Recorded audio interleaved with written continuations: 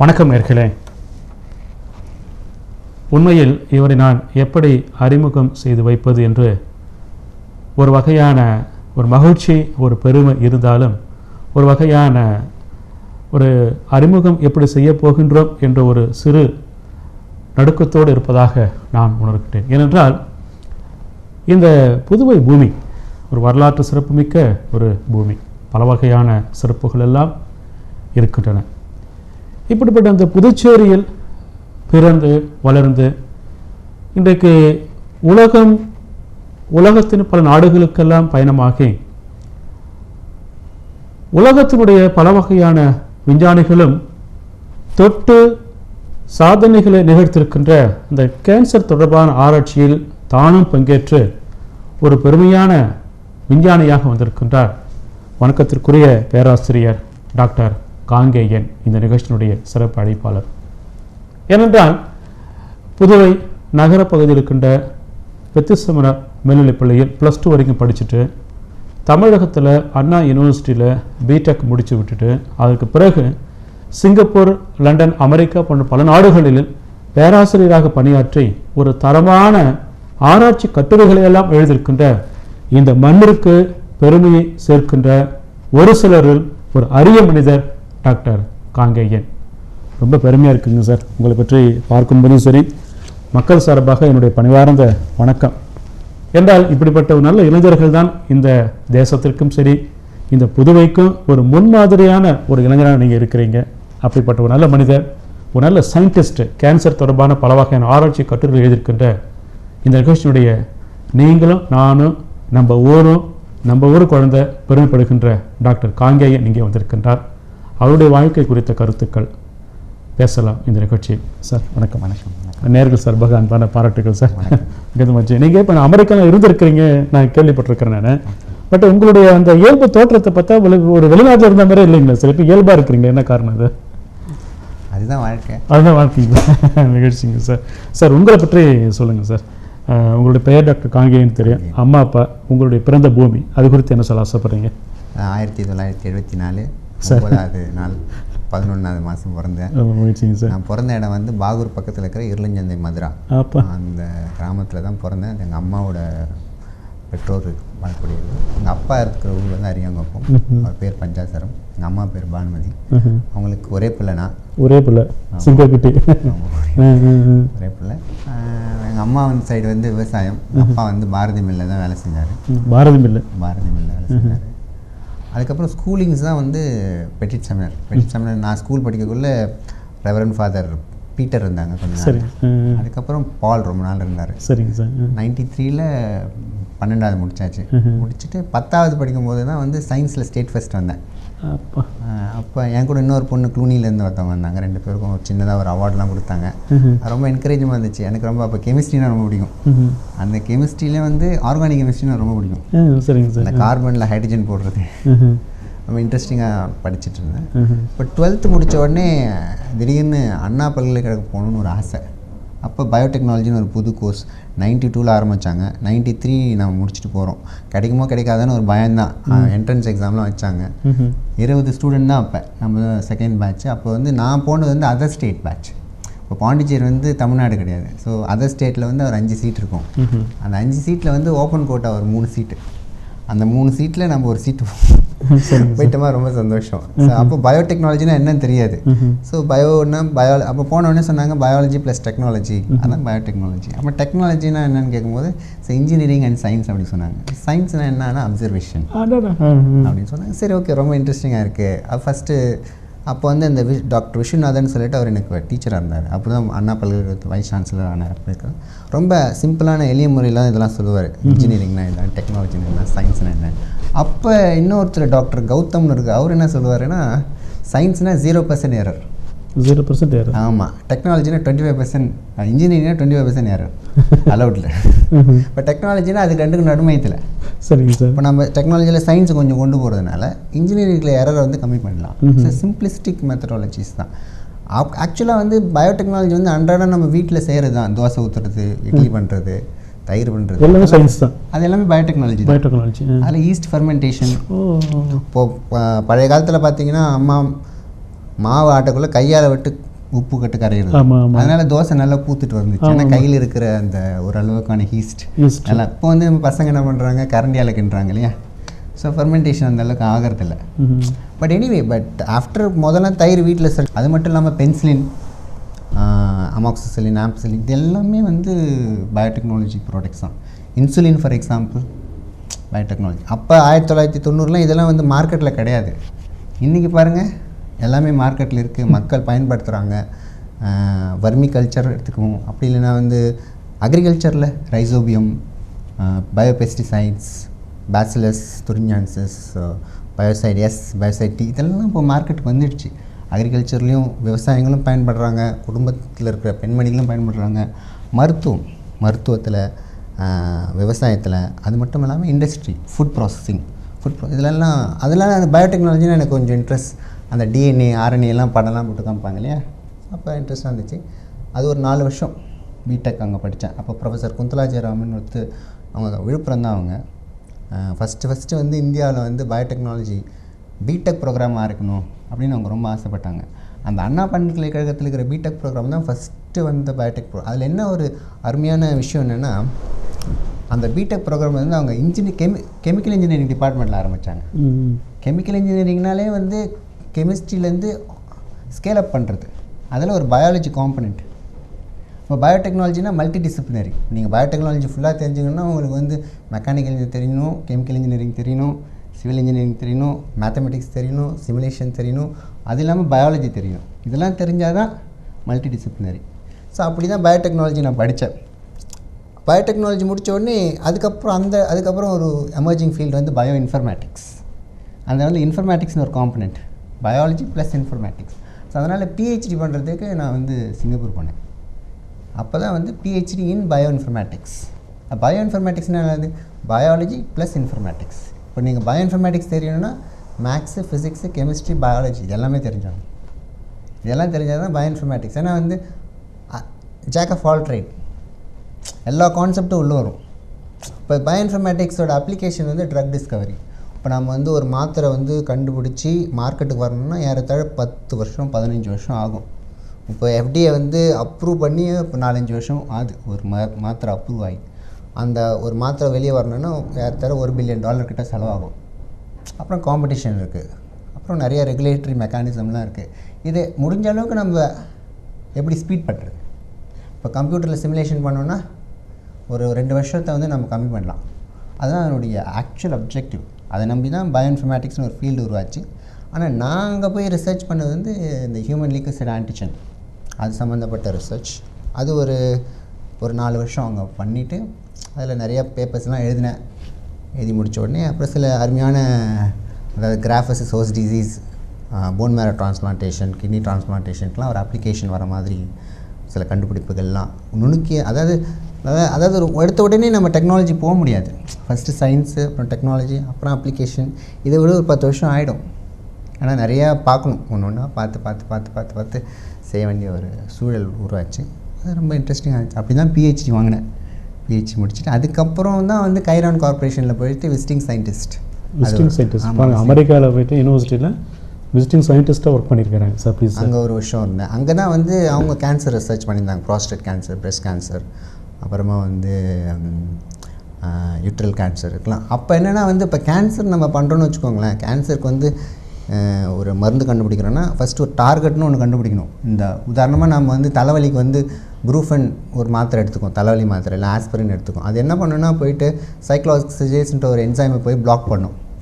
ஆனால் அந்த என்சைம் என்ன பண்ணும், ப்ரோஸ்டாக்லாண்டின் ஒரு ஒரு மாலிகுலை ப்ரொடியூஸ் பண்ணுறதுனால தான் நமக்கு வலி வரும். அந்த வலி வராமல் இருக்கணும்னா அந்த மாலிகுல் செக்ரீட் ஆகாமல் இருக்கணும்.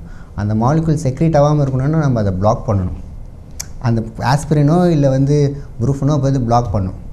பிளாக் பண்ணுறதுனால நமக்கு வந்து அந்த ப்ரோஸ்டாக்லாண்டின் செக்ரீட் ஆகாது, வலி கம்மியாகும். அதே மாதிரி இப்போ ஒரு கேன்சர் வந்து ப்ராக்ரஸ் ஆகாமல் இருக்கணும்னா ஒரு ட்ரக் கண்டுபிடிக்கணும். அந்த ட்ரக் போயிட்டு ஒரு ப்ரோட்டீனில் போய் அட்டாச் ஆகணும்.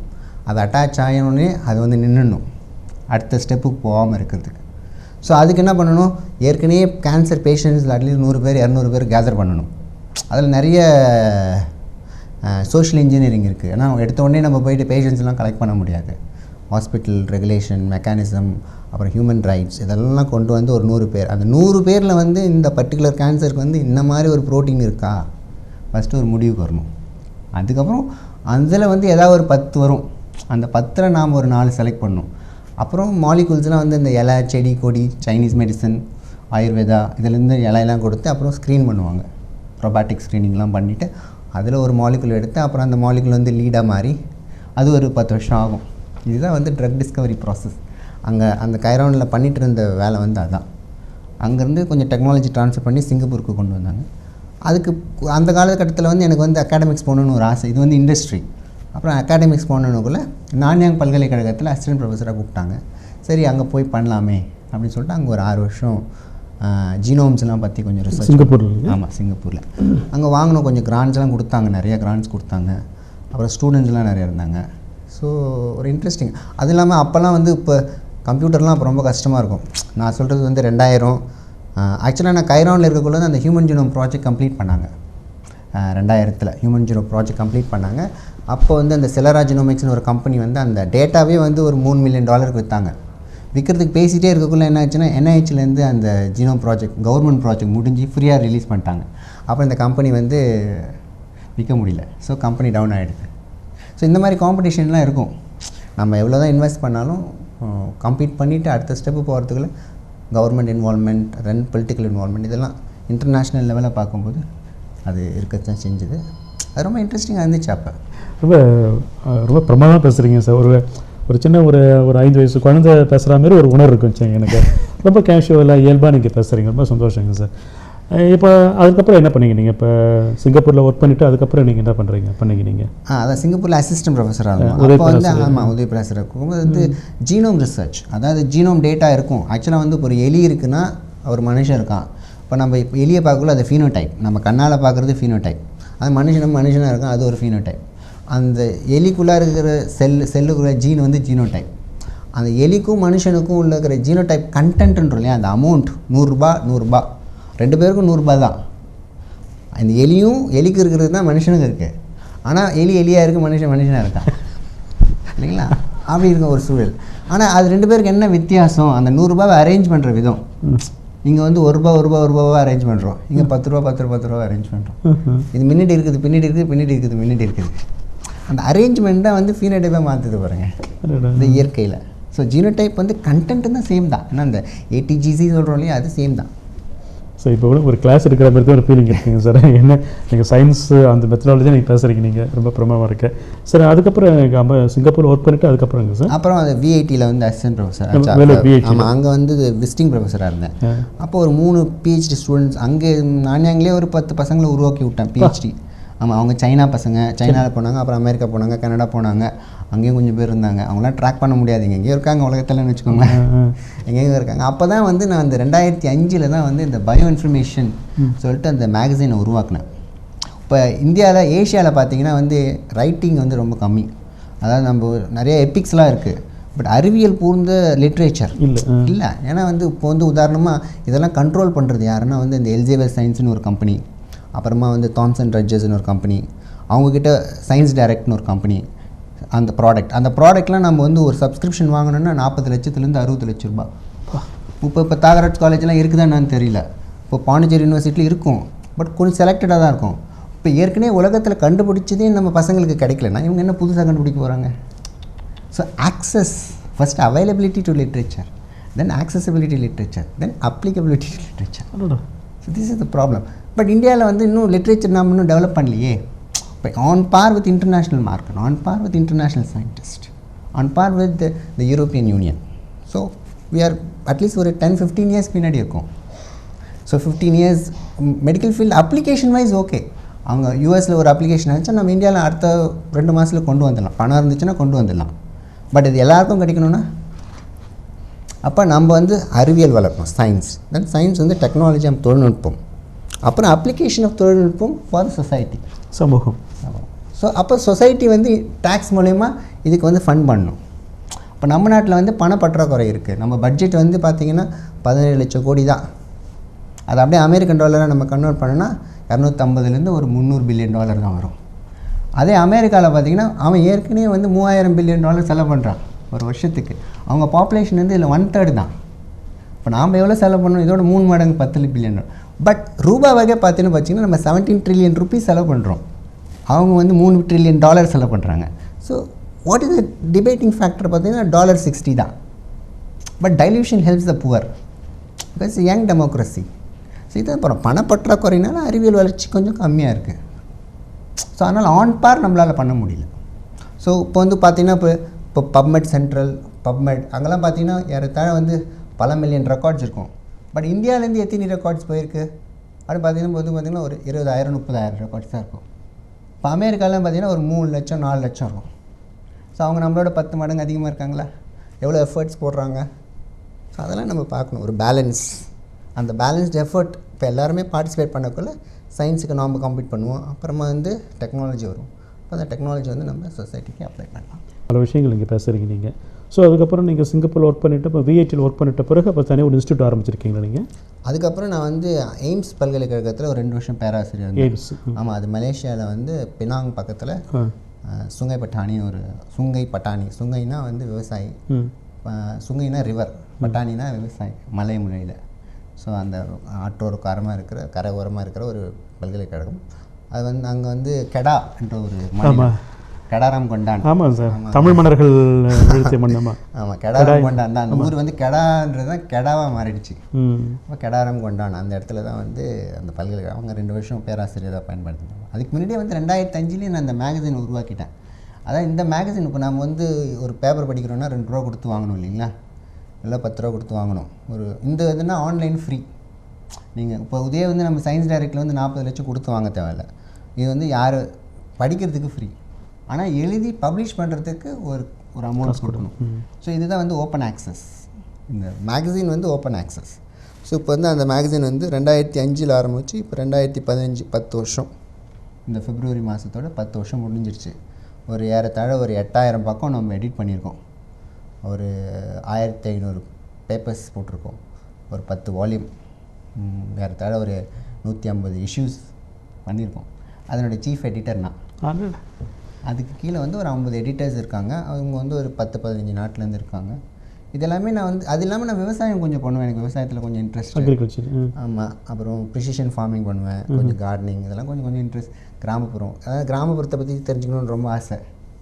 ஸோ நம்ம சிட்டியிலேருந்து கிராமத்தை தெரிஞ்சுக்கிறது வேறு விஷயம். அங்கேயே இருந்து அவங்க என்ன பண்ணுறாங்க, அவங்கள பார்த்து அவங்களுடைய பிரச்சனை என்ன, நம்ம பார்ட்டிசிபேட் பண்ண போகிறதில்ல, பட் எட்டேருந்து பார்க்குறது தான் அவங்களுடைய அன்றாட வாழ்க்கை முறை, ஏன் இப்படி இருக்காங்க, என்னென்ன பிரச்சனை. ஃபார் எக்ஸாம்பிள் மன்ரேகா, அந்த 100 நாள் வேலை திட்டம், அது வந்து it is not only about employment, it is about empowerment. ஒரு வீட்டுவாசி இருக்காங்க, ஒரு பெண்மணி இருக்காங்கன்னா அந்த பெண்மணிக்கு அந்த 150 ரூபா கிடைக்குதுன்னு வச்சுக்கோங்க. அவங்க அந்த கணவனை நம்பி வாழக்கூடிய சூழல் மாறுது பாருங்க. So it gives an empowerment for the lady to proceed further. So அப்போ அந்த வீட்டு சூழல் மாறுது, அந்த சமூக சூழல் மாறுது. அப்புறம் அந்த சுயநிதி குழு சொல்கிறாங்க. So they are doing that micro financing. So அந்த மைக்ரோ ஃபைனான்சிங்னால் எஜுகேஷன் மாறுது, வாழ்க்கை திறன் மாறுது, குடும்ப சூழல் மாறுது. So livelihood as a whole changes. இது வந்து நாம் இங்கேருந்து பேப்பரில் படித்தோன்னா அது புரிஞ்சிக்க முடியாது. அங்கே நம்ம பார்க்குறோன்னு, ஏன்னா I have that knowledge to interpret the phenomenon. So அங்கே பார்க்குறோம், ஓடுறது, ஓடியாடுறது, ரோட்டில் போகிறது, நம்ம பின்னாலேருந்து தான் பார்க்குறோன்னு வச்சுக்கோங்க, பட் தெரியுது. ஸோ இதுதான் லெட்டர்ந்து தான் நம்ம பார்க்கலாம். நம்ம I mean, we cannot participate in that because there's a lot of social engineering, we have to go and talk, and I don't have that capacity to talk, but we can observe. So this is exactly, but it is changing the rural India. There is so much of cash flow. It is giving some kind of boldness. அதெல்லாம் புரிஞ்சிருக்கு, எனக்கு பிடிக்குது. அது நான் காலேஜில் மட்டும் பசங்களுக்கு பாடம் நடத்தியிருந்தேன்னு வச்சுக்கோங்களேன், இது தெரியாது, வாழ்க்கை தெரியாது. ஆமாம், reality. So of course you can புக்கில் இது இருக்கிறத நம்ம பசங்களுக்கு சொல்லி தரலாம், but that will be only theoretical. Practical but practical வில்லேஜில் என்ன நடக்குது, அக்ரிகல்ச்சரில் என்ன நடக்குது. உதாரணமாக பார்த்தீங்கன்னா உழுதுண்டு வாழ்வார் மற்றெல்லாம் தொழுதுண்டு அப்படி சொல்லுவாங்க. ஸோ அந்த குரல் இப்போ வந்து பொய்மை ஆகிடுச்சு. எப்படின்னா பார்த்தீங்கன்னா விவசாயம் நம்பி தான் நம்ம வந்து எல்லாருமே இருக்குன்றது அது உண்மை. அதை 3 வேளை நம்ம விவசாயம் நம்பி இருக்கோம். அது வந்து எந்த விதமான இதுவும் இல்லை, மாற்று கருத்து இல்லை. ஆனால் இன்றைக்கி பார்த்திங்கன்னா அறுவடை பண்ணுறதுக்கு மிஷின் வந்துடுச்சு, நடவு நட்டுறதுக்கு மிஷின் வந்துடுச்சு, இப்போ பொறியாளர் வர்றாங்க பாருங்கள். அப்புறமா ஜெனட்டிக்ஸ், இப்போ க்ரீன் ரெவல்யூஷன்.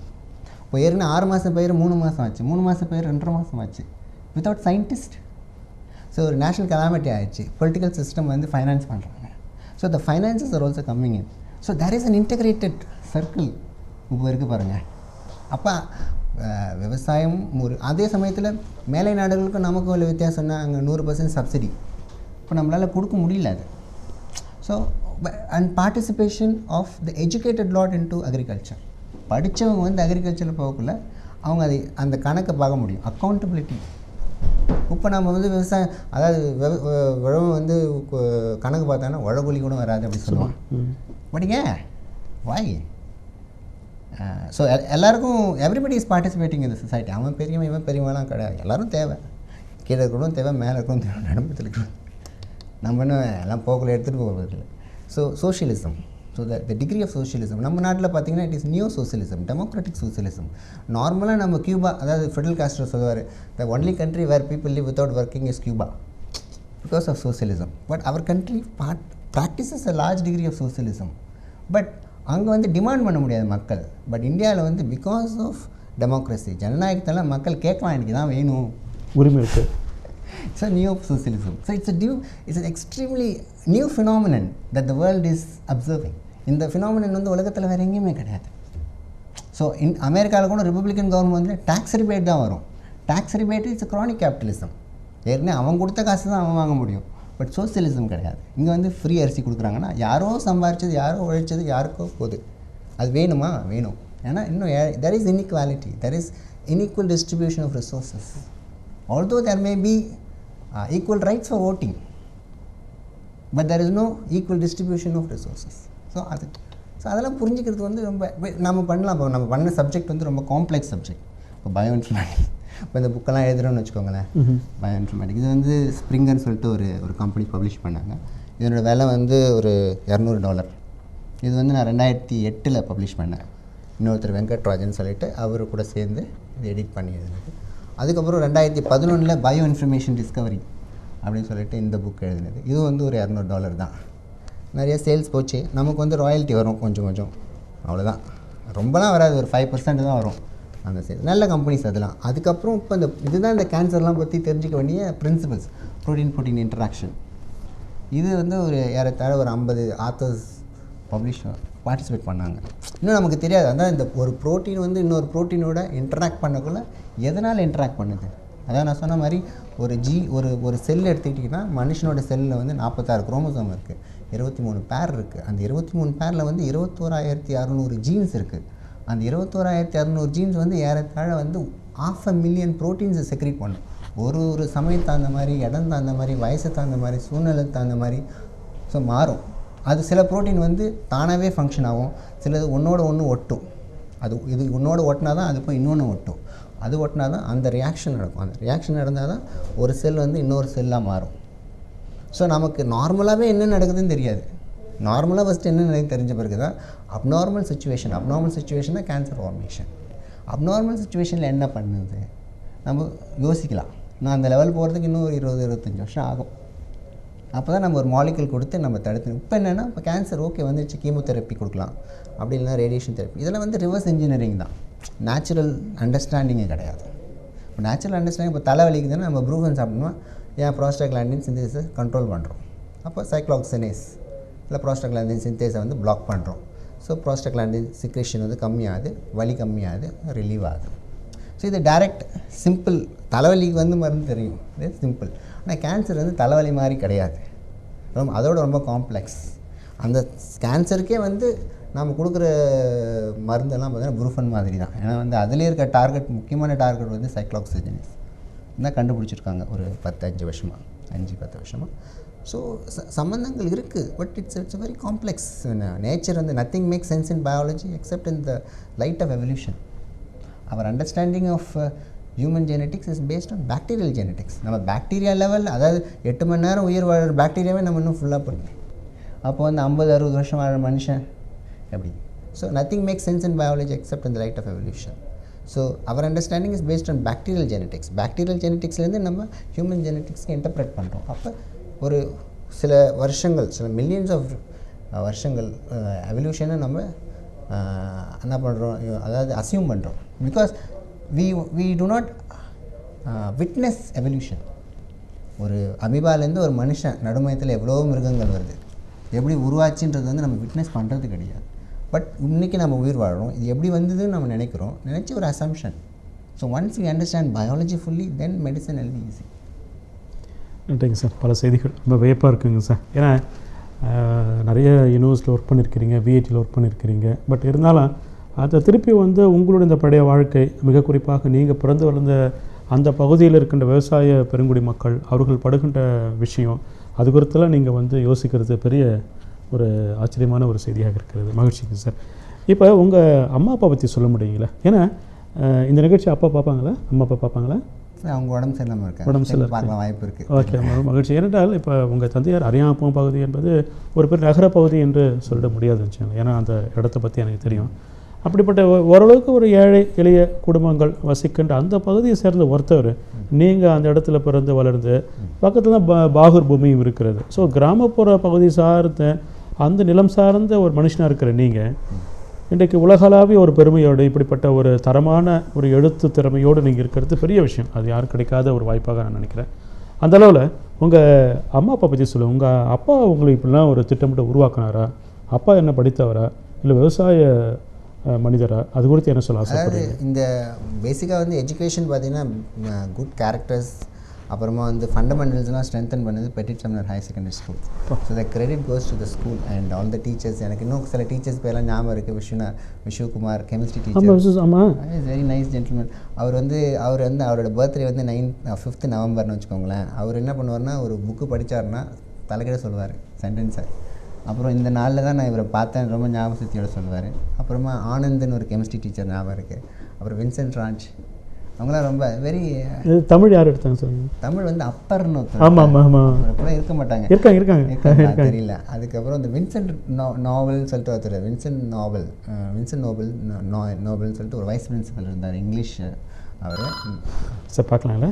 ஓகே, வணக்கங்க. பாதையும் பேர் கட்டேன். அன்பார்ந்த நேரங்களே, நம்ம பித்து செமினார் என்ற ஒரு வரலாற்று சிறப்புமிக்க பள்ளியில் படிச்சிருக்கிறாரு.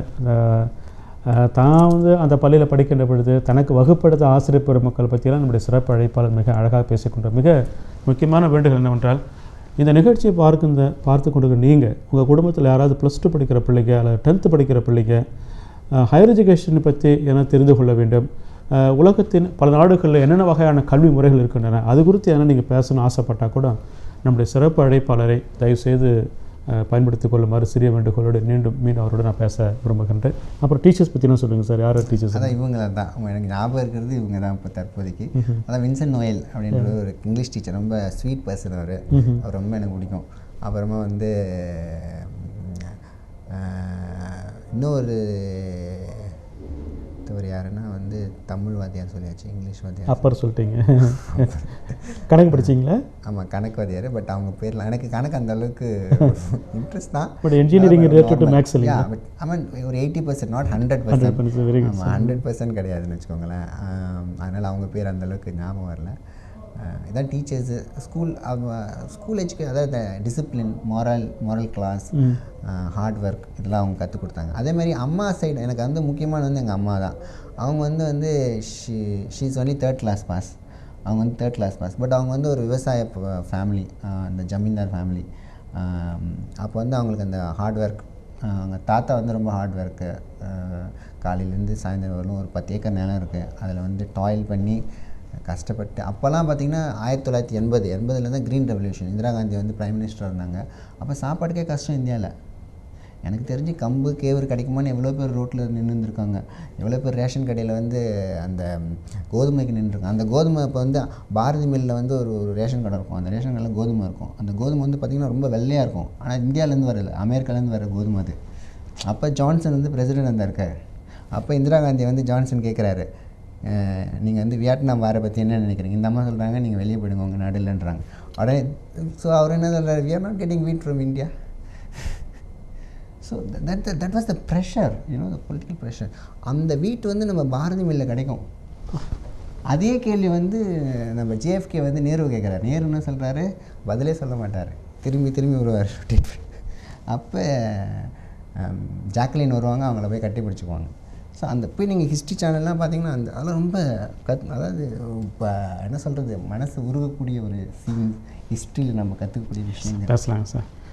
அன்பார்ந்த நேயர்களே, இந்த நிகழ்ச்சியுடைய சிறப்பு அழைப்பாளராக இன்றைக்கு நம்மோடு மிக அழகாக அழகு தமிழ் பேசிக் கொண்டிருக்கின்ற பிரபல ஒரு பெரிய சயின்டிஸ்ட்டு டாக்டர் காங்கேயன் அவர்கள் நம்முடைய புதுச்சேரிக்கு அருகில் இருக்கின்ற அரியங்குப்பம் என்ற கிராமத்தில் பிறந்தவங்க.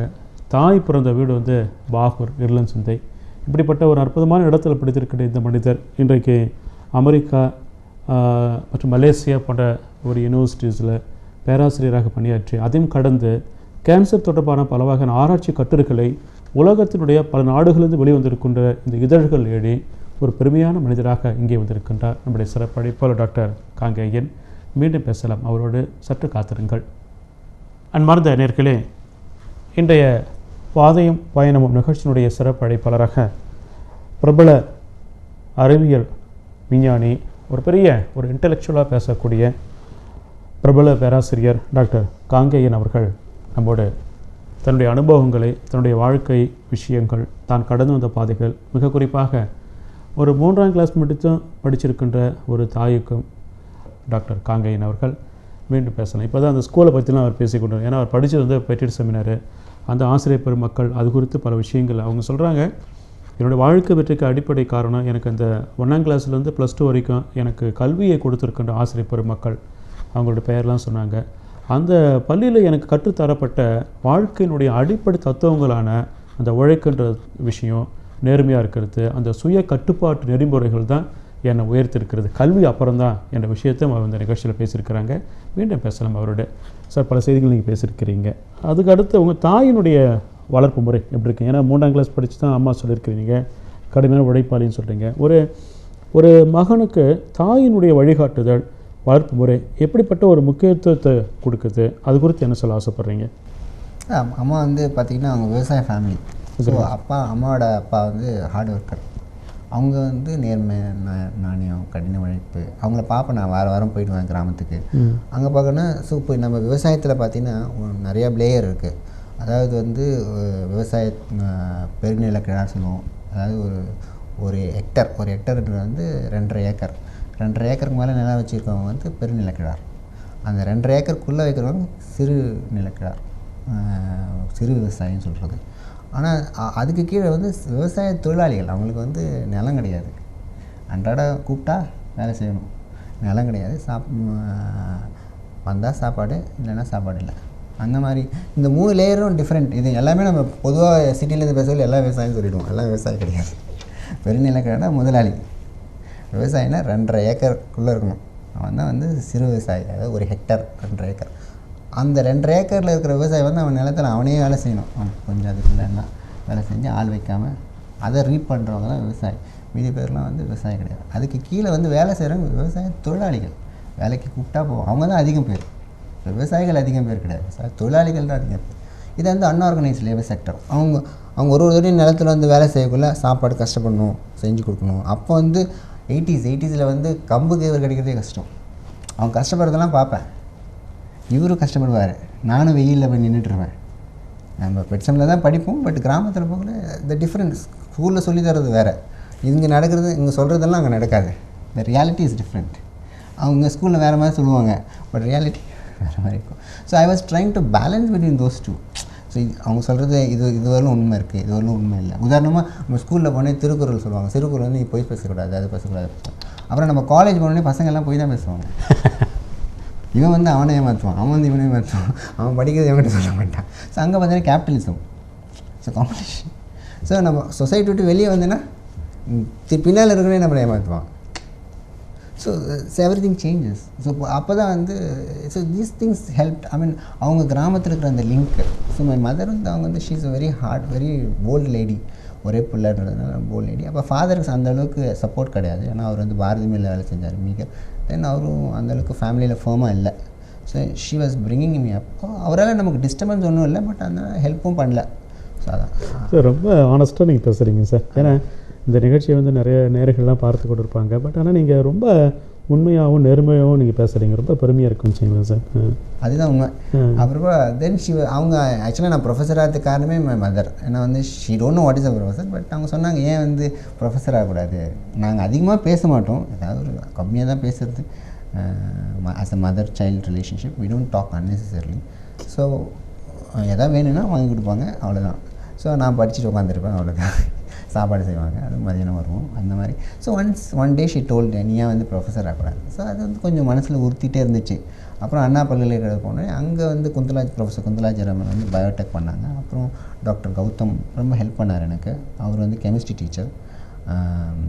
அவர் எனக்காக போய் அமெரிக்காலாம் போய்ட்டு கம்ப்யூட்டர்லாம் வாங்கிட்டு வந்து தந்தார். அப்போ 2000, அதாவது 1994-5 அப்போல்லாம் கம்ப்யூட்டர் வந்து இறக்குமதி பண்ணுறதே ஒரு பெரிய விஷயம். ஸோ எனக்காக அதாவது ஸ்பெஷல் ஸ்டெப்ஸ்லாம் கொஞ்சம் ஹெல்ப் பண்ணுவாங்க நிறைய டீச்சர்ஸ். ஏன்னா ஸ்டூடெண்ட் நல்லா ஒர்க் பண்ணுறாங்க, அப்புறமா கஷ்டப்படுறாங்கன்னு தெரிஞ்சுன்னா ஹெல்ப்லாம் பண்ணுவாங்க டீச்சர்ஸ்லாம். அவங்களுக்கு தெரிஞ்ச நிறைய விஷயத்த நம்மளை வந்து ஆஃப் டைம்லலாம் சொல்லி தருவாங்க. அவங்க வந்து அவங்களுடைய எக்ஸ்பீரியன்ஸ் இதெல்லாம் ஹெல்ப்ஃபுல்லாக இருந்துச்சு. ஸோ அப்போ வந்து மதருடைய ப்ரிங்கிங்ஸ் தான். அவங்க வந்து சாஃப்டாக பேசுவாங்க, அப்புறம் வந்து தப்பாக பேச மாட்டாங்க, அப்புறம் கோவப்பட மாட்டாங்க. ஸோ இதெல்லாம் நமக்கு பிடிக்கும். எதாவது ஒன்று அழுவாங்க. ஸோ அப்புறம் அவங்க அழுகுறாங்களேன்னு சொல்லிட்டு நம்மளும் கொஞ்சம் யோசிக்க வேண்டியதாக இருக்கும். சரி, இதுதான் நம்ம சூழ்நிலை, குடும்ப சூழ்நிலை, நாம் அதுக்கு தகுந்த மாதிரி நம்மளை வந்து பக்குவப்படுத்திக்கணும். அதாவது திருக்குறள் தந்தை மகர் காட்டும் நன்றி அவையத்து முந்திரிப்பு செயல் என்பதை போல் உங்களை வந்து இன்றைக்கி ஒரு பெரிய ஒரு சபையில் அமர வைத்து உங்களை பெற்றது தாயினுடைய உள்ளம் இப்போ எவ்வளோ சந்தோஷப்படுவாங்க தெரியுங்களா போய்ட்டு. ஏன்னா ஒரு குடும்பத்தில் ஒரே ஆண் குழந்தையாக இருந்திருக்கிறீங்க. நீங்கள் பிறந்தது வந்து பாகூர் பிறந்தீங்க. ரொம்ப பெருமையான விஷயம். ஏன்னா இந்தியாவில் வந்து முதல்ல யூனிவர்சிட்டி ஆரம்பிக்கப்பட்ட இடம் வந்து பாகூர். கேள்விப்பட்டிருக்கீங்க, மிகுந்த மகிழ்ச்சி. ஸோ அப்படிப்பட்ட ஒரு இடத்துல நீங்கள் பிறந்திருக்கிறீங்க. அது வந்து பாகூர் நெற்களஞ்சின்னு சொல்லுவாங்க. ஏன்னா அங்கே தான் வந்து நெல் விளையும் பூமின்னு சொல்லுவாங்க வச்சுங்களேன். அந்த பூமியில் பிறந்திருக்கீங்களே. அதன் அடிப்படையில் நீங்கள் வந்து ஒரு தமிழ் குடும்பத்தில் இருந்து ஒரு கிராமப்புற சூழல் வளர்க்கப்பட்ட நீங்கள் முதலாக நீங்கள் வெளிநாடுகளுக்கு இந்த பிஹெச்டிக்காக நீங்கள் செய்ய போயிருக்கிறீங்க. அப்போ அங்கே இருக்கின்ற சமூகத்தினுடைய போக்கு, அங்கே இருக்கின்ற மக்கள் உங்களை எப்படி பார்த்தாங்க, அந்த கலாச்சாரம் வேறு, நீங்கள் உருவாக்கப்பட்டிருக்கின்ற கலாச்சாரம், உங்களுடைய மண் சார்ந்த நடைமுறை சித்தாந்தங்கள் வேறு இருந்துச்சுங்களேன். எப்படி அந்த பழக்க வழக்கம் இருந்தது? ஏனென்றால் இப்போ ஒன்றும் இல்லை, இப்போ நீங்கள் இப்போ ஒரு புதுச்சேரி சேர்ந்த ஒரு பிள்ளை இருக்கிறாருன்னா அவர் மும்பைக்கு வந்து வேலைக்கு போனால் கூட சில பிள்ளைங்கள்லாம் வந்துடுறாங்க. ஏனென்றால் முதல் விஷயம் உணவு பிரச்சனை, ரெண்டாவது அங்கே இருக்கிற மொழி, மூன்றாவது பார்த்து நம்ம பிள்ளைங்களை வந்து பொத்தி வளர்க்குறப்போ நம்ம அங்கே இருக்கின்ற ஒரு வெளிப்படையான தன்மை. அதனால் சூழல் சரிப்பட்டு வரல ஒரே காரணத்திற்காக பல பிள்ளைகள்லாம் திருப்பி பிறந்த பூமிக்கே வந்துடுறாங்க. இப்போ வேலை வாய்ப்புகள் இருந்தாலும் அங்கே இருக்கிற சூழல், அங்கே இருக்கின்ற கலாச்சார மாற்றங்கள் காரணமாக தாக்குப்பிடிக்க முடியாமல் தன்னம்பிக்கையில் பல வந்துடுறாங்க. இப்போ நீங்கள் சின்ன வயசில் வெளிநாட்டுக்கு போயிருக்கிறீங்க, சிங்கப்பூரில் ஒர்க் பண்ணியிருக்கிறீங்க, படிச்சிருக்கீங்க. நீங்கள் அந்த கலாச்சாரம், அந்த மண் கொடுத்த அனுபவம் என்ன, அங்கே இருக்கிற மக்கள் எப்படி இருக்கிறாங்க, நாம் தமிழ் பிள்ளைகள் வந்து எந்த விஷயத்தை கற்றுக்கொள்ள வேண்டும், இது குறித்து என்ன சொல்ல ஆசைப்பட்றீங்க? அதாவது அப்போ பாண்டிச்சேரியில் 1993 பாண்டிச்சேரியில் வந்து ஓடுற பஸ்ஸில் பசங்க ஏற மாட்டாங்க. ஓடுற பஸ்ஸில் ஏற மாட்டாங்க. பாண்டிச்சேரியில் வண்டி நின்னா தான் ஏறுவாங்க. பார்த்தீங்களா? அதாவது பையனை ஸ்கூலுக்கு அனுப்பிச்சிட்டு அப்பா பின்னாலே வருவார். பாண்டிச்சேரியில் மெட்ராஸ் அப்படி. எனக்கு வந்து பாண்டிச்சேரியிலேருந்து மெட்ராஸ் பண்ணது ஒரு பெரிய ஷாக்கு. மெட்ராஸில் வந்து பசங்க ஓடுற பஸ்ஸில் ஏறுவாங்க. ஓடிட்டே இருக்கணும், ஏறணும், ஓடிட்டே இருக்கணும், இறங்கணும். ஸோ அந்த 93 அப்படி தான். So there is a cultural shock. பாண்டிக்கும் சென்னைக்குமே cultural shock. I mean the way of life is different. Speed அது மட்டும் இல்லை. நீங்கள் அண்ணா பல்கலைக்கழகம் பண்ணால் அதில் கால்வாசி பேர் மதுரையில் வருவாங்க. ஸோ அந்த கோர்ஸ் பாண்டிச்சேரி பசங்களும் ரொம்ப சாஃப்டாக இருக்கும். யாருக்கு நீங்கள் ஒதுக்கீடு கம்மி இல்லைங்களா? ஆமாம், ரொம்ப கம்மி. ஆனால் அங்கே போக முடியாது. ரெண்டாவது ரொம்ப கஷ்டம். ஸோ அங்கே அதாவது வெரி போல்ட் பீப்புள் மதுரை. ஆமாம், மதுரை பசங்களாம் அண்ணா பல்கலைக்கழகம் நிறைய பேர் மதுரை இருப்பாங்க. ரொம்ப போல்டாக நல்ல பசங்க. அதேமாதிரி இப்போ பாண்டிச்சேரி 4 பசங்க 5 பசங்க தான் இருப்பாங்க. ஃபஸ்ட்டு அது தமிழ்நாடு ஸ்டேட்டு. ரெண்டாவது so entry it self was a difficult thing. Then once you go, then you have to run. You have to really run. அங்கே வந்து பேரண்ட்ஸு அங்கே இருக்க பசங்களே பார்த்திங்கன்னா ரொம்ப இண்டிபெண்ட்டாக இருப்பாங்க. அந்த 93, 94, 95, 96 அதுக்கப்புறம் எனக்கு வந்து என்ன பிஹெச்டி பண்ணுறதுக்கு வந்து ஸ்காலர்ஷிப் கிடச்சிது சிங்கப்பூர் யூனிவர்சிட்டியில். நான் ஒரு ப்ரொப்போசல் எழுதியிருந்தேன். அப்போ தான் இந்த ஃபீல்டு பயோஇன்ஃபர்மேட்டிக்ஸ்ன்ற ஃபீல்டு வந்து அப்போ தான் வந்து 98 தான் என்ட்ரி. ஸோ ஏன்னா வந்து எனக்கு பயோடெக்னாலஜி முடிச்சிட்டேன். அப்போ நான் பிடெக் படிக்கக்குள்ளே 4 பேப்பர் எழுதினேன். அந்த கேண்டிடோ ருகோசா லைப்பேஸ்ன்னு சொல்லிட்டு அந்த லைப்பேஸில் வந்து 4 பேப்பர். அது என்ன பண்ணோம், அந்த லைப்பேஸ்ன்ற ஒரு என்சைம் செக்ரேட் பண்ணோம். அந்த என்சைம் வச்சு நம்ம சோப் தயாரிக்கலாம். இந்த ப்ரூஃபனே கூட நம்ம ப்ரூஃபன் சாப்பிட்றோன்னா அதில் 2 வகை R ஃபார்ம் S ஃபார்ம் இருக்குது. அதில் எஸ் ஃபார்ம் தான் ஆக்டிவ், ஆர் ஃபார்ம் வந்து தேவையில்லாது. அந்த ஆர் ஃபார்ம் வந்து செப்பரேட் பண்ணிடலாம். ஸோ அந்த மாதிரி அது 4. அப்போ வந்து இந்த உங்களோடலாம் பழகுக்குள்ள அங்கே இருக்கிற சயின்டிஸ்ட் எல்லாமே வந்து அமெரிக்கா ரிட்டர்ன். ஸோ அவங்களோட பழகுக்குள்ள அவங்களுடைய தாட் ப்ராசஸிங், அவங்க என்ன நினைக்கிறாங்க. ஸோ நம்ம வந்து உழைப்பு மட்டும்தான் கொடுக்குறோம். ஸோ அப்போ அவங்கக்கிட்டேருந்து கற்றுக்கலாம். அது அப்போ வந்து கேஆர் நாராயணன் தான் வந்து அந்த பயோடெக்னாலஜி டிபார்ட்மெண்ட் ஓப்பன் பண்ணி வச்சா வைஸ் பிரசிடென்ட். ஆமாம், அவர் வந்தார். அப்போ அடிக்கடி சுவிட்சர்லாண்ட்லேருந்து நிறைய சயின்டிஸ்ட் வருவாங்க. அந்த ப்ரொஃபஸர் குந்தலா ஜெயராம் வந்து ரொம்ப ஆக்டிவ் லேடி. உலகத்தில் இருக்கிற அத்தனை நோபல் லாரன்ஸும் கொண்டு வருவாங்க. வாரம் ஏதாவது ஃபங்க்ஷன் இருக்கும், வாரம் சாப்பாடு கொடுப்பாங்க. அப்போ அவங்கள ஃபஸ்ட்டு பார்க்குறதே ஒரு பெரிய விஷயம். நோபல் பரிசு அவங்களை பார்க்குறது பெரிய விஷயம். ஆமாம், ஹியூபர்ன்ற அவர் தான் அந்த ரெஸ்ட்ரிக்ஷன் என்சைமை கண்டுபிடிச்சவர். அவர் நம்மக்கிட்ட கை கொடுத்துட்டு போவார். ஸோ அப்புறம் சுவிட்சர்லாண்ட்லேருந்து சயின்டிஸ்ட் நிறைய பேர் வருவாங்க, அவங்க கை கொடுப்பாங்க. அப்போ நம்ம பாண்டிச்சேரியிலேருந்து போயிட்டு அந்த வாய்ப்பு. ரெண்டாவது அந்த பில்டிங் வந்து அப்போ முதல்ல கண்ணாடி பில்டிங் கிடையாது. முதல் கண்ணாடி பில்டிங் வந்து அந்த சென்டர் ஃபார் பயோடெக்னாலஜி தான். ஃபஸ்ட்டில் டோர் வந்து கண்ணாடியாக இருக்கும், அது பார்க்குறதே வந்து பெருசாக இருக்கும். அப்புறம் டிஎன்ஏ வந்து நமக்கு ஜெல்லில் காட்டுவாங்க, அப்புறம் பாக்டீரியா வந்து மைக்ரோஸ்கோப்பில் காட்டுறது. அதெல்லாம் ஒரு இன்ட்ரெஸ்டிங். அது பயோடெக்னாலஜி படிச்சுட்டு அதுக்கப்புறம் பயோடெக்னாலஜியில் வந்து இந்தியாவில் வந்து வேலைவாய்ப்பு கம்மி. 97 இப்போயும் கம்மி தான். அப்பயும் வேலைவாய்ப்பு. அப்போ பயோடெக்னாலஜி இண்டஸ்ட்ரீஸை கேட்டால் தெரியாதுன்னுவான். பெரிய பெரிய கம்பெனிக்காரனே இதை வச்சு நான் என்ன பண்ணுறது அப்படின்னு தான் சொல்லுவான். பயோடெக்னாலஜி ஓகே கேட்குறதுக்கு நல்லா இருக்குது. அப்போ வந்து நமக்கு வேண்டிய அந்த பயோடெக்னாலஜி ப்ராடக்ட்லாம் வந்து லண்டன்லேருந்து ஒரு நியூ இங்கிலாந்து பயோலாப்னு ஒரு கம்பெனி, அந்த கம்பெனி வந்து ரஷ்யாவில் எம்டி பயோடெக்னு ஒரு கம்பெனி, அந்த கம்பெனிலேருந்து வாங்கி இவங்க லேபிள் குத்தி இங்கே விற்றாங்க. அதுதான் ரெவன்யூ ஸ்ட்ரக்சர். ஸோ அந்த கம்பெனியை கம்பீட் பண்ணுறது தான் இப்போ வந்து கிரண் மஜும்தார்லாம் வந்து இந்த பயோகான்ஸ்லாம் சொல்கிறாங்க இல்லையா, அவங்க வந்து அயர்லாண்டில் ஒரு கம்பெனியில் வந்து ப்ராஜெக்ட் பண்ண போயிட்டு அங்கேருந்து ஒரு கொலாபரேஷனில் தான் இவங்க சின்னதாக அங்கே ஆரம்பித்தாங்க. அப்போலாம் அந்த கம்பெனி வந்து டெவலப் ஆகலை. அப்போ ஸ்பிக்கெலாம் கிடையாது, ஜேகே ஃபார்மாலாம் கிடையாது. அப்போ இருந்து வந்து ஹிந்துஸ்தான் ஃபார்மசூட்டிக்கல்ஸ் தான். அந்த ஹிந்துஸ்தான் வந்து அது வந்து பப்ளிக் ப்ரைவேட் பார்ட்னர்ஷிப், அது கொலாப்ஸ் ஆகிடுச்சு. அது அதை வந்து ஜிபி மேக்ஸ்ன்னு சொல்லிட்டு ஒரு கம்பெனி வாங்கினாங்க, ஜெர்மன் கம்பெனி, அதுவும் கொலாப்ஸ் ஆகிடுச்சு. அதில் வந்து தப்பிச்சு வந்தது தான் டாரண்ட் ஃபார்மசூட்டிக்கல்ஸ். இன்றைக்கும் டாரண்ட் வந்து இன்சுலின் பண்ணுறாங்க, பென்சிலின் பண்ணுறாங்கன்னா அந்த டாரண்ட் வந்து அகமதாபாத்தில் இருக்கிறது. It's a very long standing company. they are doing very well. So அவங்க தான் ஒரு கம்பெனினா பயோடெக்னா அப்போ. அதுக்கப்புறம் வந்து தான் நிறைய சின்ன சின்ன கம்பெனிஸ்லாம் இருந்துச்சு. அப்போ வந்து நம்ம முத்தையா வந்து இந்த ஸ்பிக் ஆரம்பித்தாங்க, ஃபார்மசூட்டிக்கல்ஸ் ஆரம்பித்தாங்க. அதில் என்ன, அதாவது நம்ம நாட்டில் என்னென்னா தொழில்நுட்பம் கிடையாது. அதாவது நம்ம நாட்டில் இருக்கிற சயின்டிஸ்ட் வந்து அறிவியலை வந்து தொழில்நுட்பமாக கொண்டு போய் அந்த தொழில்நுட்பத்தை வந்து பேட்டன் பண்ணி போல்டாக வந்து இறங்குறதுக்கு கிடையாது. ஆமாம்.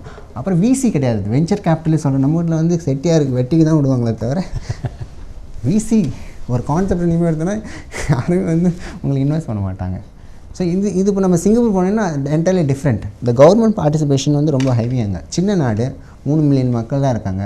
புதுசாக நீங்கள் ஒரு கான்செப்ட் என்ன உடனே இம்ப்ளிமெண்ட் பண்ணணும்னு நினைப்பான். உடனே இம்ப்ளிமெண்ட் பண்ணணும். Government will participate. Okay, it's a small nation, it is acceptable. அதாவது என்னுடைய அனுபவத்தில் பார்த்தீங்கன்னா உலகத்திலே மிகப்பெரிய லைப்ரரி வந்து என்யூஎஸில் தான் இருக்குது. மிகப்பெரிய உலகத்திலே வந்து எல்லா பல்கலைக்கழகத்துலேயும் பார்த்திங்கன்னா, அதாவது அட்வான்ஸ் லைப்ரரி. உங்களுக்கு என்ன இங்கிலீஷா, தமிழா, ஜெர்மனியா, அதாவது அப்படின்னா எவ்வளோ காசு செலவு. அதை நீங்கள் வந்து ஒரு மவுஸில் வச்சு கிளிக் பண்ணிங்கன்னா உங்களுக்கு என்ன வேணும் வந்துடும். தமிழில் வேணால் வந்துடும். உங்கள் ஒரு 1 செகண்ட் தான். இதே நீங்கள் இப்போ லைப்ரரி போய் தேடிங்கன்னா 2 மணி நேரம் ஆகும், இல்லை 2 நாள் கூட ஆகும், 2 வாரம் கூட ஆகும். அது ஒரு மவுஸ் கிளிக்கில் வரும். எவ்வளோ 1 second. So then how much time you are saving, how fast you moving forward. So அந்த மாதிரி நம்ம ஒரு இப்போ பாண்டிச்சேரி யூனிவர்சிட்டினா அந்த மாதிரி ஒரு லைப்ரரி ஸ்ட்ரக்சர் இருக்கணும். அந்த லைப்ரரி ஸ்ட்ரக்சர் வேணால் யாருக்காவது ஒரு 5-6 கோடி செலவு பண்ணணும் அதுக்குன்னு. அப்போ நான் இப்போ கொஞ்ச நாளுக்கு ஒரு 2-5 வருஷம் முன்னாடி சைனா போனேன். ரோடு பார்த்திங்கன்னா ரோட்டில் சாதம் போட்டு சாப்பிட்லாம். ரோட்டில் சாப்பாடு போட்டு சாப்பிட்லாம், அவ்வளோ பாஷா. So that is a kind of, ஏன்னா அங்கே வந்து ஜஸ்டிஸ் இஸ் அப்ஹெல்ட். ஒரு வருஷத்துக்கு 98 பேர் தூக்கில் போடுறான். நம்ம ஊரில் வந்து ஒருத்தனை தூக்கு போது 98 வருஷம். So justice is delayed. Justice is delayed, and it is very slow, very expensive. So, but that is communism. This is democracy. It's fine. I am not complaining that is good or this is good. Whatever it is, both are good. It is good for them. It is good for these people. So it is fine. But government is by the people, of the people, for the people. So the members who form the government is a reflection of the people. So unless the people ask, how will they know what they are doing is right or wrong? Very good. Unless நீங்கள் தான் கேட்கணும். அவங்க செய்கிறது இந்த இடத்துல இந்த தப்பு பண்ணுறாங்க. இப்போ நம்ம சமுதாயத்திலே பார்க்குறோம், ஒருத்தர் போய் ஃபேவர் கேட்குறாருன்னு வச்சுக்கோங்களேன். அவர் பொதுவான விஷயத்துக்கு ஃபேவர் கேட்க மாட்டாங்க, என் பையனுக்கு என்ன பண்ணணும். ஸோ இதெல்லாம் வந்து சிங்கப்பூரில் இருக்காது, இருக்காது. நம்ம வேலை ஸ்ட்ரைட் ஃபார்வர்ட். பட் சிங்கப்பூர் வந்து அமெரிக்கா மாதிரி கிடையாது. அமெரிக்காவில் வந்து 3 நாள் தான் வேலை செய்வாங்க வாரத்தில். ஆமாம், மண்டே வெனஸ்டே தேர்ஸ்டே மட்டும் தான். மற்ற நாள் மண்டே வந்து கொஞ்சம் ரிலாக்ஸ் ஏன்னா லீவ் முடிச்சுட்டு வருவாங்க, ரிலாக்ஸாக இருப்பாங்க.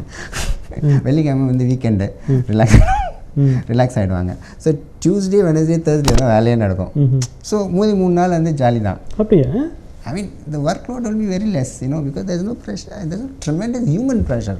தேவையில்லாமல் அது செய்யலாம். So you do it for the sake of doing it in a relaxed manner. Okay, it is business because the cash flow is heavy. So cash flow கம்பெனியாக இருந்தாலும் சரி, இண்டஸ்ட்ரியாக இருந்தாலும் சரி, இல்லை அகாடமிக் கேஷ் ஃப்ளோ ஹெவியாக இருக்குது. ப்ரெஷர் இல்லை. ஏன்னா வந்து அங்கே பாருங்கன்னா $4 trillion வந்து கேஷ் ஃப்ளோ இருக்குது ஒரு வருஷத்துக்கு. நமக்கு வந்து $300 billion தான். ஆனால் 3 மடங்கு பாப்புலேஷன். ஸோ எல்லாருக்கும் பிரித்து கொடுக்கணுன்னா ஸோ உனக்கான ஒரு போட்டி வருது இல்லையா? சயின்டிஸ்டாக இருந்தால் கூட அவன் நினைப்பான், அவன் எடுத்துகிட்டு போயிட்டான். ஸோ இந்த ப்ரெஷர் இதெல்லாம் நம்ம கம்மி பண்ணணும்னா எல்லாம் பார்ட்டிசிபேட் பண்ணணும், எல்லா மக்களும் பார்ட்டிசிபேட் பண்ணணும், ஆர்கனைஸ் பண்ணணும், எல்லோரும் எழுதணும். அந்த டாலர் ப்ரைஸ் $60 அட்லீஸ்ட் $30 கொண்டு வந்து, $20 கொண்டு வந்து, $10 கொண்டு வரக்குள்ள, அப்போ அந்த $10 கொண்டு வந்து அந்த $45 லைப்ரரி, அதாவது அவைலபிலிட்டி, அக்சசபிலிட்டி, அப்ளிகபிலிட்டி. அவைலபிளே இல்லைன்னா நீ எப்படி ஆக்சஸ் பண்ணுவேன்? இப்போ வந்து தாகராஜ் காலேஜ் இருக்குது பாண்டிச்சேரி, அவங்களுக்கு இப்போ வந்து நீங்கள் வந்து தாகராஜ் காலேஜ் அப்புறம் ஏதோ ஒரு காலேஜ் கூட இருக்குது, பிஜி சென்டர் இருக்குது. அவங்க பேர்லாம் நீங்கள் டேட்டா பேஸில் கொடுத்தீங்கன்னா 1 ரெக்கார்ட் 2 ரெக்கார்ட் தான் வரும். இதே நீங்கள் வந்து ஹார்வர்ட் யூனிவர்சிட்டி கொடுத்தீங்கன்னா, ஐஐடி இல்லைன்னா வந்து இந்தியன் சயின்ஸ் கொடுத்தீங்கன்னா ஒரு 1000-2000 record. So the level of அதாவது literature just in terms of number, if forget about the quality, the quantity itself is a problem. So இதெல்லாம் எல்லாம் நம்ம மக்கள் பார்ட்டிசிபேட் பண்ணணும். பசங்களுக்கு தைரியம் கொடுக்கணும், வெளியே போக சொல்லணும். கிராமத்தில் இருக்கிற பசங்க வந்து பார்த்திங்கன்னா நீ காலேஜ் போகாத அப்படின்வாங்க, படிக்கக்கூடாது. நிறைய பேர் எனக்கு தெரிஞ்சு ஏன் பொம்பளை பிள்ளைனா படிக்காத, நீ படித்தா என்ன பண்ண போகிற, அப்புறம் டொமஸ்டிக் வயலன்ஸ், இது நிறைய பிரச்சனை தான். சோஷியல் இன்ஜினியரிங் அதில் நிறைய எமோஷன்ஸ், பெற்றோர், ஃபேமிலி மெம்பர்ஸ், ஹஸ்பண்ட் இவங்களாம் இன்வால்வ் ஆகிறாங்க. அவங்களுக்கே ஒரு கிளாரிட்டி இல்லை. So they have to get educated, they have to think freedom of speech, freedom of life, liberty, without which how the country will grow. நான் என் பிள்ளை மட்டும் நல்லா இருந்தான்னா உன் பிள்ளை எவ்வளோ நாள் நல்லா இருக்க முடியும்? மற்றவங்க நல்லா இருந்தால் தான் நாம நல்லா இருக்க முடியும். அதான் நான் ஒரு சிங்கப்பூரில் என்னோடய அட்வைசர், அவரோட அப்பா சொன்னார், ஏழை மகன் பணக்காரன் மகன் செலவாளி மகன் கடங்காரன், எல்லோரும் இதில் தான் வந்துடும். எப்படி சார்? ஏழை மகன் பணக்காரன், ஏழையுடைய மகன் பணக்காரன், ஆமாம், பணக்கார மகன் செலவாளி, பணக்காரன் மகன் கரெக்டு தான், செலவாளி மகன் கடங்காரன், செலவாளி மகன் கடங்காரன் அவர் சொன்னார். எல்லாமே இதில் அடங்கிடும்.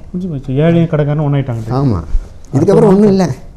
அது பாலிடிக்ஸ் எல்லாத்துலேயும் இவ்வளோ தான். சயின்ஸாக இருந்தாலும் சரி, மற்ற ஏழை மகன் பணக்காரன் மகன் வந்து கடங்காரன், செலவாளி மகன் கடங்காரன், ஏழையும் கடங்காரன் ஒன்றாயிட்டாங்க. This is a cycle. So you cannot escape from the cycle. How can you escape from the cycle? 100% sir, 100%. எவ்வளோ பேர் கஷ்டப்பட்டு உழைக்காமல் தப்பான வழியில் பொருள் சேர்க்குறாங்க, பையன் என்ன பண்ண செலவலாயிடும். ஸோ அதாவது இவன் கஷ்டப்பட்டு சம்பாரிச்சு வைக்கிறதுக்கு அவனோட 60 வயசு ஆகிடும். ஆமாம், அவன் அதை அழிக்கிறதுக்கு அந்த 60 வயசு ஆகிடும். அதாவது நம்மளோட வாழ்க்கை வந்து 3-20, ஃபஸ்ட்டு 20, 2வது 20, 3வது 20. ஃபஸ்ட்டு 20 நம்மளை பெற்றவங்க நம்ம மேலே காட்டுற அன்பு. சரிங்க சார். 2வது நாமளே தேடிக்கிற அன்பு. 3வது நம்ம பெற்றவங்களுக்கு நாம் காட்டுற அன்பு. அவ்வளோதான். இது நீங்கள் சயின்ஸும் பேசுகிறீங்க, ஆன்மீகமும் பேசுகிறீங்க, அரசியலும் பேசுகிறீங்க, நிறைய விஷயங்கள் பேசுகிறீங்க. எப்படி நீங்கள் இதெல்லாம் எப்படி நிறைய வாசிக்கிற பழக்கம்னா எப்படி? Observation, கவனிக்கிறீங்களா? Observation from younghood, I mean from childhood. I observe a lot. Then I listen to people. Then I started writing. You know, when I start writing, when you write something in English, it means more precise. ரொம்ப இதா இருக்கு. ஆமாம், தமிழில் நம்ம ஆணித்தனமாக சொல்லலாம், ஆனால் அற்புதமாக சொல்ல முடியும். அன்பா அதை தான் செய் கண்ணே நீ செய், அது கண்ணே செஞ்சால் ஐயோ குழையிறான், என்ன நீ அப்பா பொண்ணுக்கிட்ட பேசுகிற பேச்சு.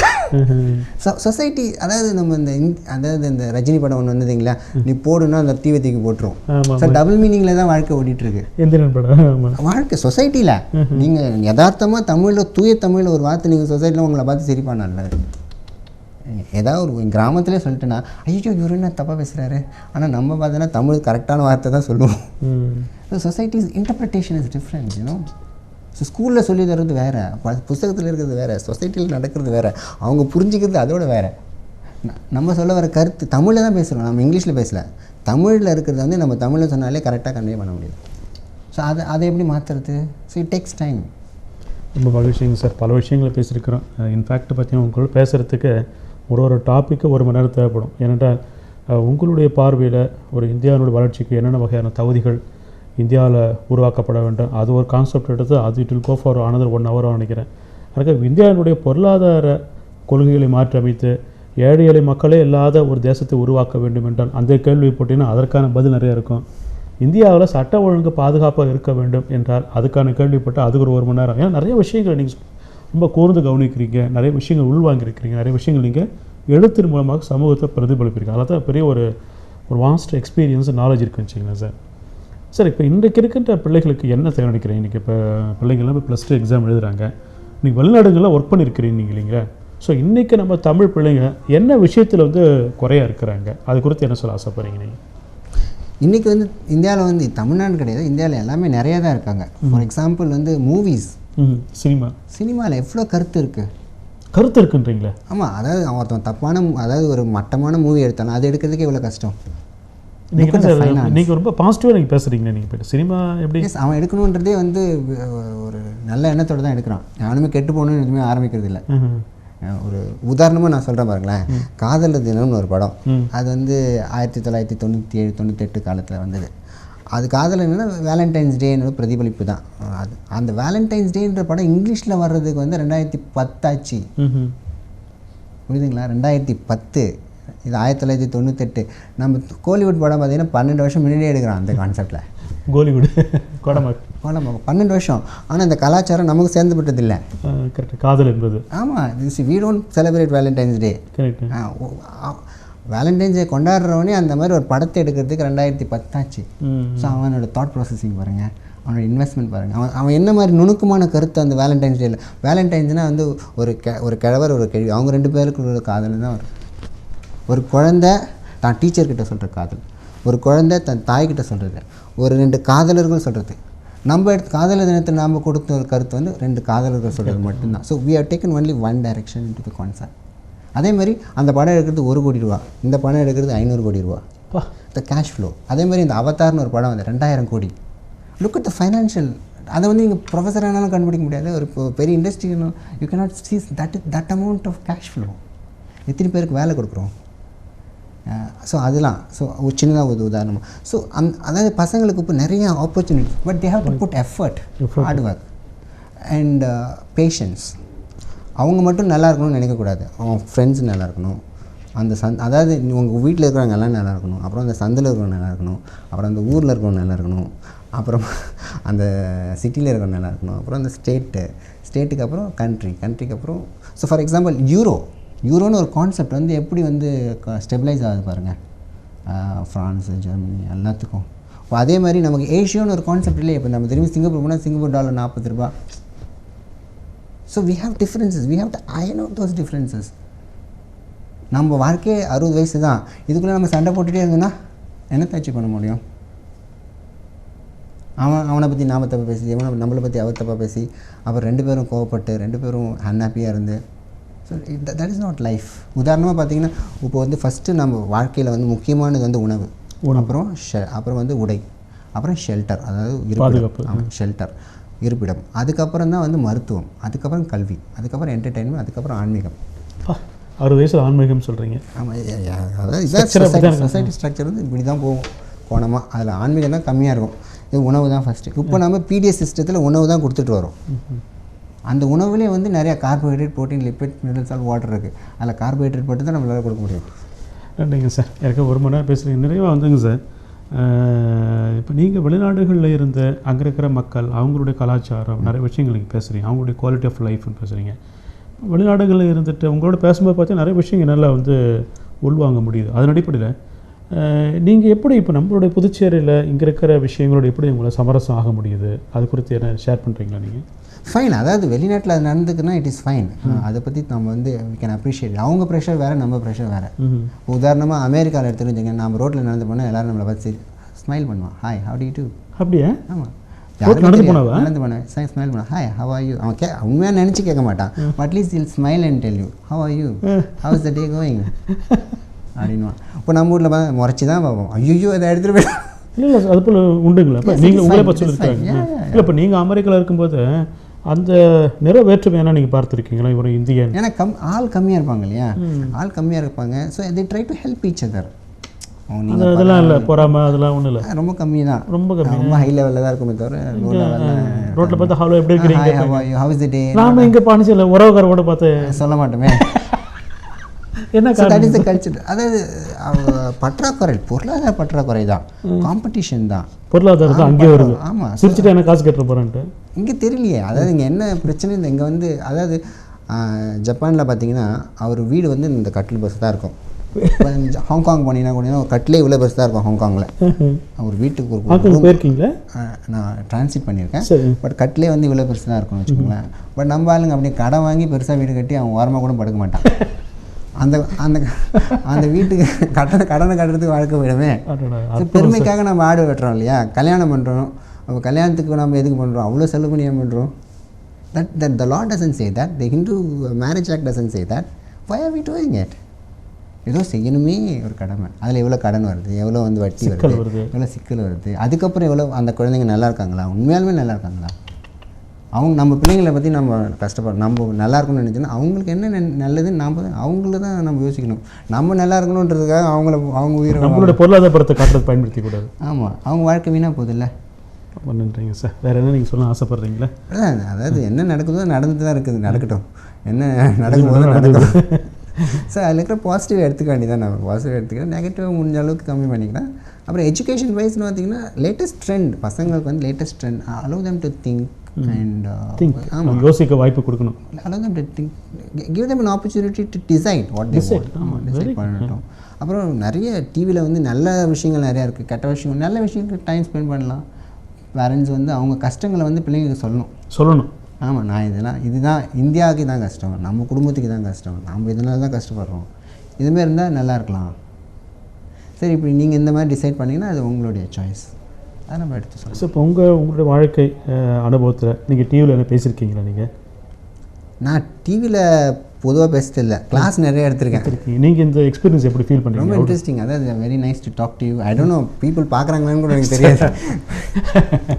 But because I don't have the feeling and something is happening and I was very happy to. நான் உண்மையிலே சார், நான் வந்து மிஸ்டர் குணாவுக்கும் இறைவனுக்கும் நன்றி சொல்லணும் சார். ஏனென்றால் எனக்கு உண்மையிலே வந்து கண்களில் நீர் வந்து சொரிந்து விட்டது. என்ன காரணம் கேட்டிங்கன்னா, பொதுவாக நான் பாண்டிச்சேரி தான், பாகூர் தான் பிறந்தனாங்க.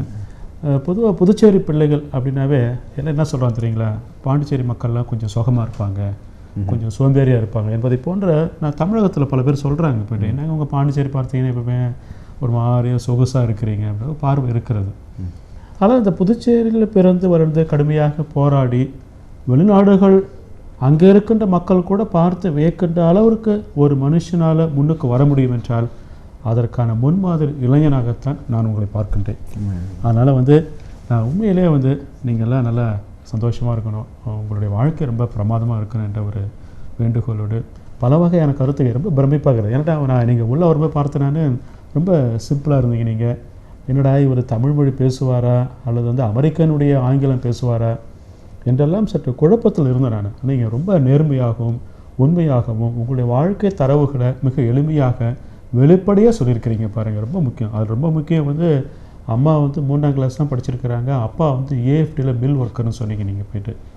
ஸோ 2 ஏழை எளிய ஒரு ஆணுக்கும் பெண்ணுக்கும் மகனாக பிறந்திருக்கிற நீங்கள் ஒரு சயின்டிஸ்ட்டாக வந்திருக்கிறீங்கன்னா ஏதோ ஒரு நம்பிக்கை இறைவன் மேலே வச்சுருக்கிறாங்க சார். நிச்சயமாக நேயர்கள் சார்பாக என்னுடைய பணிவார்ந்த வணக்கங்களை தெரிவித்துக்கொண்டு இனி வருகின்ற காலங்களில் உலகமே பார்த்து வியக்கின்ற ஒரு உன்னதமான அறிவியல் விஞ்ஞானியாக நீங்கள் வர வேண்டும், வர முடியும் என்று சொல்லிக்கணும். ஏன்னா நீங்கள் ஒரு துறையில் சாதிக்கின்ற பொழுது உங்களை பெற்றெடுத்திருக்கின்ற பெற்றோருக்கும் பெருமை, உங்களை தாங்கியிருக்கின்ற இந்த பூமிக்கும் பெருமை, இந்த பூமியில் சக மனிதனாக இருக்கின்ற எங்களுக்கும் பெருமை என்று சொல்லிக்கொண்டு இந்த நிகழ்ச்சியில் பங்கெடுத்த உங்களுக்கும் அற்புதமான கருத்துக்களை வழங்கியிருக்கின்ற உங்களுக்கும் நன்றியை தெரிவித்துக்கொண்டு நேரத்திலே நான் இப்போ இந்த +2 ரிசல்ட் வரப்போது நம்ம இவரை வைத்து பல நிகழ்ச்சிகள் பண்ணணும். ஏனென்றால் இது போன்ற இளைஞர்கள் தான் இன்றைக்கு தேவைப்படுகின்றார்கள். பல விஷயங்களை ஷேர் பண்ணியிருக்கிறாங்க. நேரம் பத்தலை. அடுத்த நிகழ்ச்சி அவரை வரவழைத்து இன்னும் ஒரு கல்வி தொடர்பான பல செய்திகளை பேசணும். இன்றைக்கு பிள்ளைங்களுக்கு வந்து என்ன தேவை என்றால் அந்த மனித வளம் என்பது மிக குறைவாக இருக்கிறது. நிறைய பிள்ளைங்க வந்து பிடெக் படிக்கிறாங்க, ஆனால் பார்த்தீங்கன்னா ஒரு நம்பிக்கை இல்லாமல் பயத்தோடு இருக்கிறாங்க. அதான் நான் சொன்னேன், அச்சம் தவிர என்று சொல்லியிருக்காங்க மகாகவி பாரதி. இன்றைக்கி படிப்போடு இணைந்த பிள்ளைகளுக்கு அந்த மனிதவள பண்பாடுகள் அவசியம் தேவைப்படுது. தைரியமாக பேசுறது, தன்னம்பிக்கை நடந்துக்கிறது, எதிர்மறையாக யோசனை பண்ணாமல் பாசிட்டிவான திங்கிங், இதெல்லாம் ரொம்ப முக்கியம். இதெல்லாம் சொல்கிறார் இங்கே. இது போல இந்த இந்தியாவுடைய கல்வி சூழல் இதெல்லாம் இருக்கணும் என்ற கருத்தை அவருக்கு வலியுறுத்துகிறார்கள்.